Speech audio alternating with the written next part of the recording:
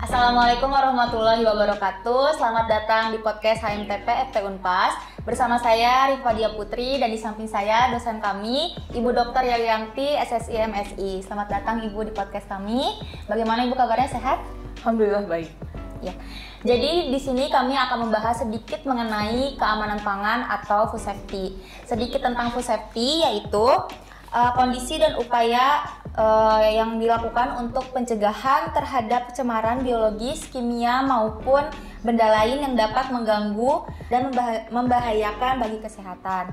Mungkin kita akan membahas lebih banyak lagi dan lebih dalam lagi bersama dosen kami yaitu Ibu Dr. Yalianti SSI MSI. Untuk beberapa banyak sekali pertanyaan yang ada kepada kami, khususnya kepada Akprof, itu mengenai soal food safety. Jadi berbicara mengenai food safety itu sebenarnya pangan yang aman itu seperti apa sih, Bu? Oke, jadi pangan yang aman itu ya yang pasti adalah pangan yang terbebas dari hal-hal yang membahayakan bagi kesehatan. Jadi di sini poinnya adalah ya kesehatan manusia itu sendiri.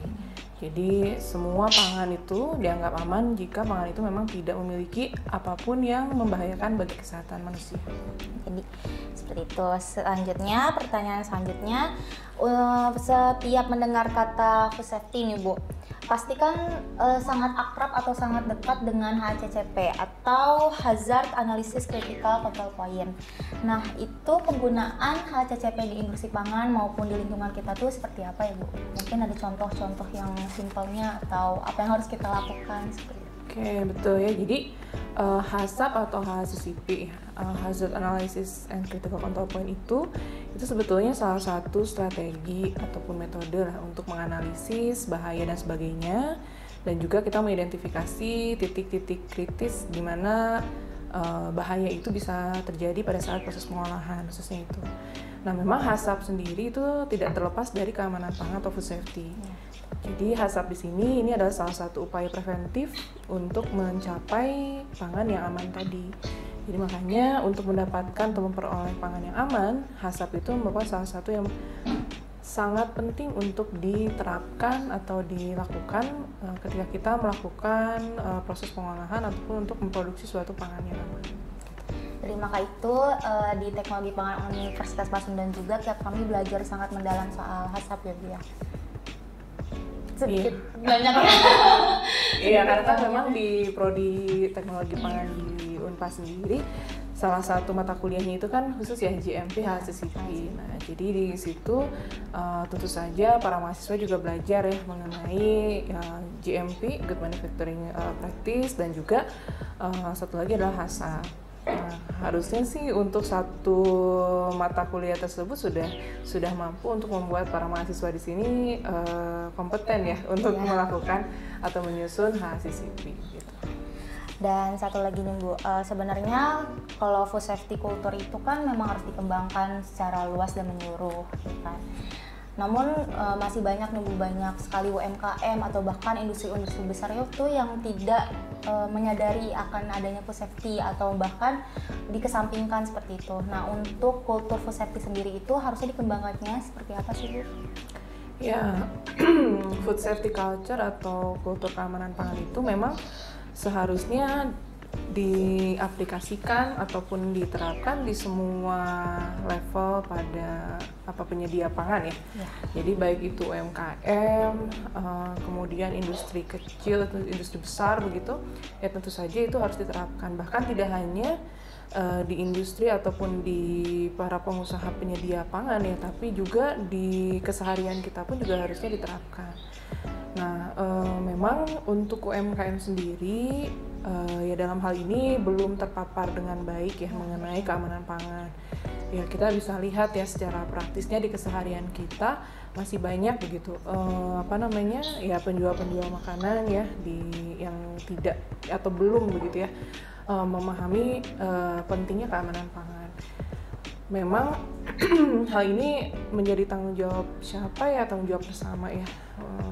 Dalam hal ini ya mungkin kalau pemerintah ya tentu saja mereka sudah berupaya sangat keras begitu ya, baik itu dari pihak Dinkes ataupun pihak hal-hal yang terkait dengan keamanan pangan itu sudah mencoba begitu untuk mengedukasi. Tapi tentu saja karena ini ada tanggung jawab bersama, maka semua orang yang istilahnya mungkin sudah pernah memahami atau mengetahui keamanan pangan itu sebaiknya saling berbagi, saling mengingatkan dan sebagainya mengenai keamanan pangan ini. Gitu. Mungkin kalau untuk saling berbagi itu sendiri ya Bu, di YouTube pun sudah banyak sekali ya mengenai GMP dan HACCP. Namun untuk aplikasiannya Bu, jadi kayak gimana caranya nih supaya UMKM atau bahkan industri-industri besar itu menyadari betul bahwa food safety itu sangat penting seperti itu. Masih soal keamanan pangan nih Bu, saya tuh masih belum terlalu mengerti atau paham betul soal ISO 22000 dan FSC 22000. Itu tuh bedanya apa ya Bu? Apakah sama saja karena namanya hampir sama? Iya, baik.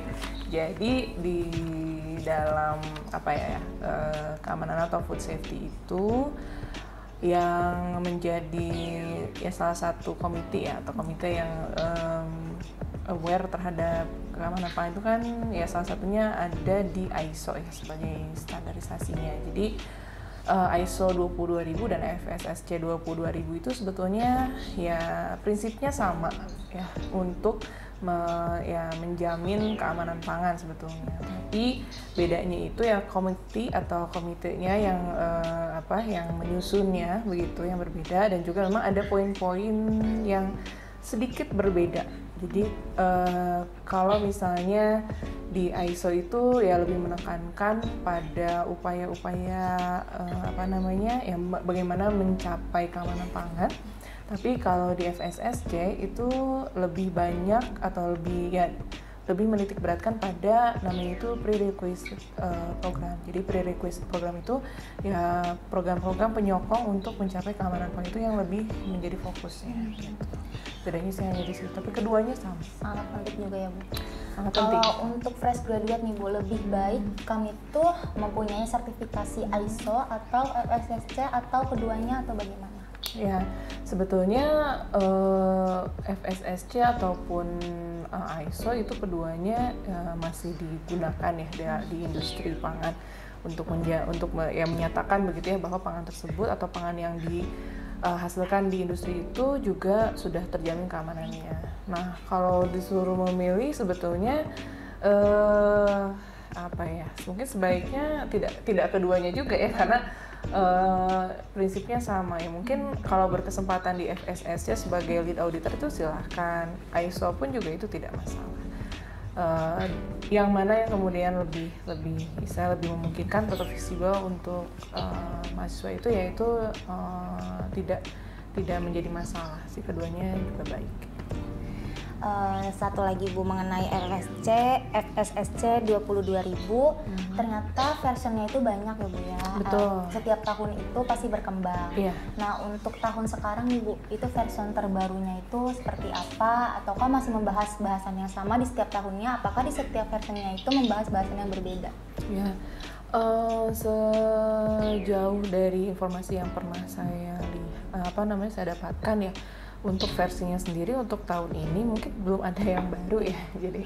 Jadi versi itu juga tidak setiap tahun keluar juga. Biasanya itu sesuai dengan kebutuhan dan juga perkembangan dari isu keamanan pangan yang ada di dunia gitu ya. Jadi memang versinya sendiri sekarang untuk beberapa tahun terakhir sih belum ada yang baru ya. Terakhir itu di tahun berapa ya? Kalau tidak salah 2000 berapa ya? Saya lupa. 2 tahun belakang mungkin Bu. Ya, itu di version 5.1 ya kayaknya. Sejauh ini sih rasanya belum ada yang baru ya. Gitu. Jadi masih sama saja ya Bu untuk version dari FSC 22000-nya. Setelah membahas mengenai keamanan pangan dan lain sebagainya, pasti keamanan pangan itu berkaitan dengan halal nih Bu. Nah, halal itu kan sangat penting di Indonesia, betul. Jadi kalau untuk membahas soal halal itu sebenarnya bagaimana sih Bu sistem halal di Indonesia ini, dari lembaga apa, dan mungkin masih banyak orang berpikiran kalau halal itu dikeluarkan oleh MUI, ataukah masih sama, ataukah sudah berbeda di lembaga lain atau seperti apa? Ya, jadi halal di Indonesia itu sekarang untuk produk, tidak hanya untuk produk pangan sebetulnya. Jadi kalau dulu diawali atau diinisiasi oleh MUI mengenai halalan begitu ya, halalan suatu produk. Kalau sekarang memang sudah diatur oleh pemerintah. Nah, jadi pemerintah sendiri sudah mengeluarkan Undang-Undang nomor berapa 33 ya kalau tidak salah ya. 2033 tahun 2014 itu sudah mewajibkan bahwa semua produk, baik itu produk pangan dan juga ada beberapa produk non pangan, itu wajib disertifikasi halal.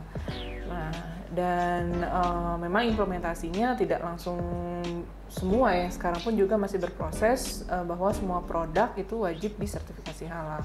Nah, jadi kalau di Indonesia halal itu menjadi ya kewajiban ya, karena masuk undang-undang maka itu sifatnya wajib.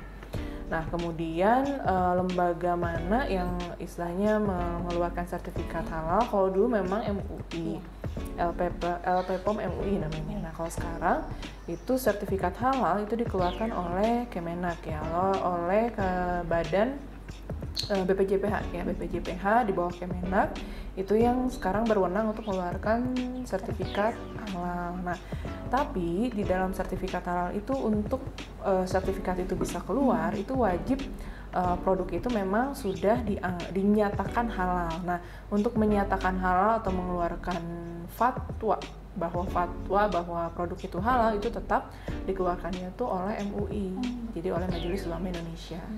Jadi dalam hal ini BPJPH itu hanya akan mengeluarkan sertifikat jika memang untuk produk tersebut itu sudah difatwakan sebagai barang yang halal oleh MUI. Jadi di sini ada dua lembaga besar ya yang berperan, yaitu MUI sebagai pemberi atau mengeluarkan fatwa halal dari suatu produk, dan satu lagi adalah yang mengeluarkan sertifikat itu adalah BPJPH di bawah Kemenak. Gitu. Jadi untuk proses alur dari halal sendiri itu memang harus melalui proses-proses yang tadi begitu ya Bu ya. Jadi tidak bisa langsung, misal ada UMKM nih Bu, saya mah sudah dapat halal fatwa dari MUI sudah saja. Itu tidak bisa ya Bu. Jadi memang harus melalui proses-proses tersebut seperti itu. Iya, jadi kalau dulu itu kan memang langsung MUI ya. Nah, karena sekarang sudah beralih ke BPJPH, maka alurnya itu sedikit berbeda.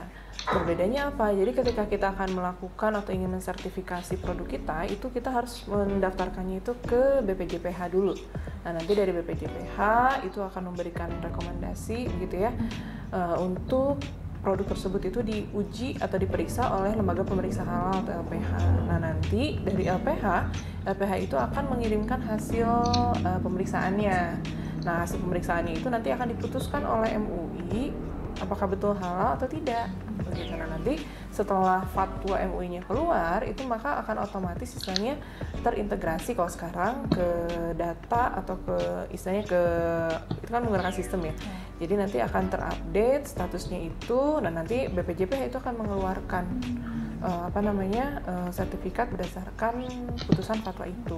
Di Prodi Teknologi Pangan itu kita sudah memiliki kerjasama ya dengan LSP MUI untuk dapat memberikan atau menyediakan uji kompetensi. Nah, jadi di sini khususnya untuk para mahasiswa Teknologi Pangan Unpas itu berkesempatan begitu untuk mengikuti pelatihan dan juga ujian kompetensi sebagai penyelia halal. Jadi nanti pada saat setelah lulus itu para mahasiswa juga sudah istilahnya memegang sertifikat kompetensi, jadi bisa dianggap sebagai penyelia halal yang kompeten dan diakui di seluruh Indonesia.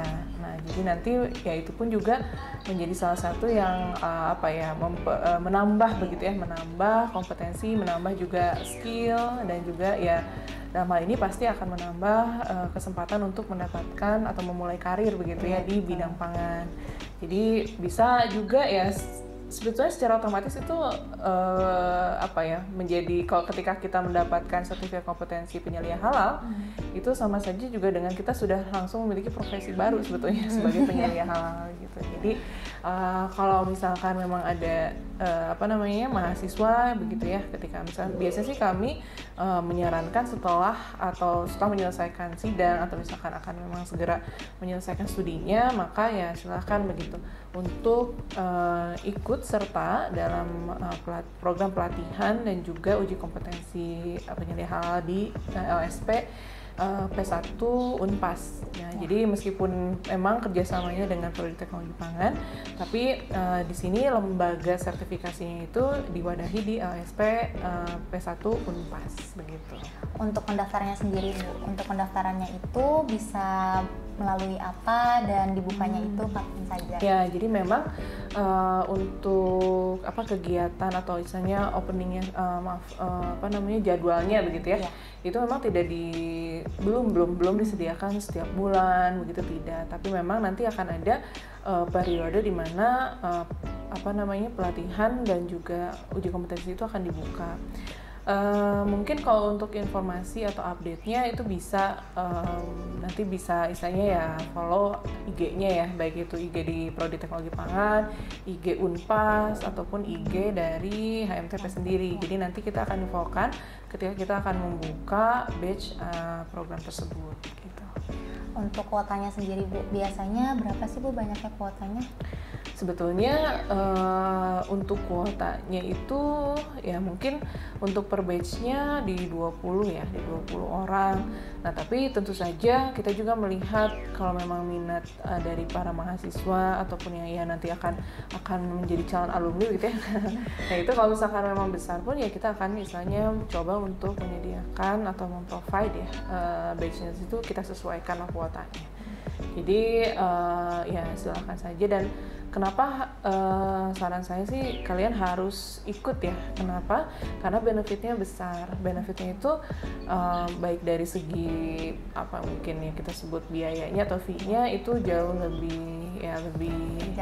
lebih terjangkau ya dibandingkan dengan istilahnya kalau kalian melakukan latihan atau sertifikasi mandiri ya di luar dari LSP P1M Unpas ini ya. Jadi sangat jauh sekali. Makanya benefitnya sebagai mahasiswa Prodi Teknologi Pangan Unpas yaitu ya bisa itu ya memberi kesempatan untuk mendapatkan sertifikat kompetensi penyelia halal dengan ya jauh lebih mudah gitu.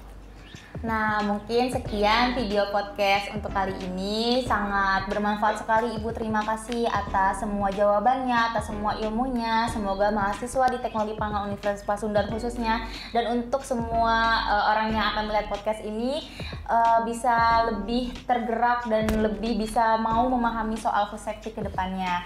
Dari saya Rinfa Dia Putri pamit undur diri bersama Ibu Dr. Yelianti SSC MSI. Sampai jumpa di podcast selanjutnya. Wassalamualaikum warahmatullahi wabarakatuh.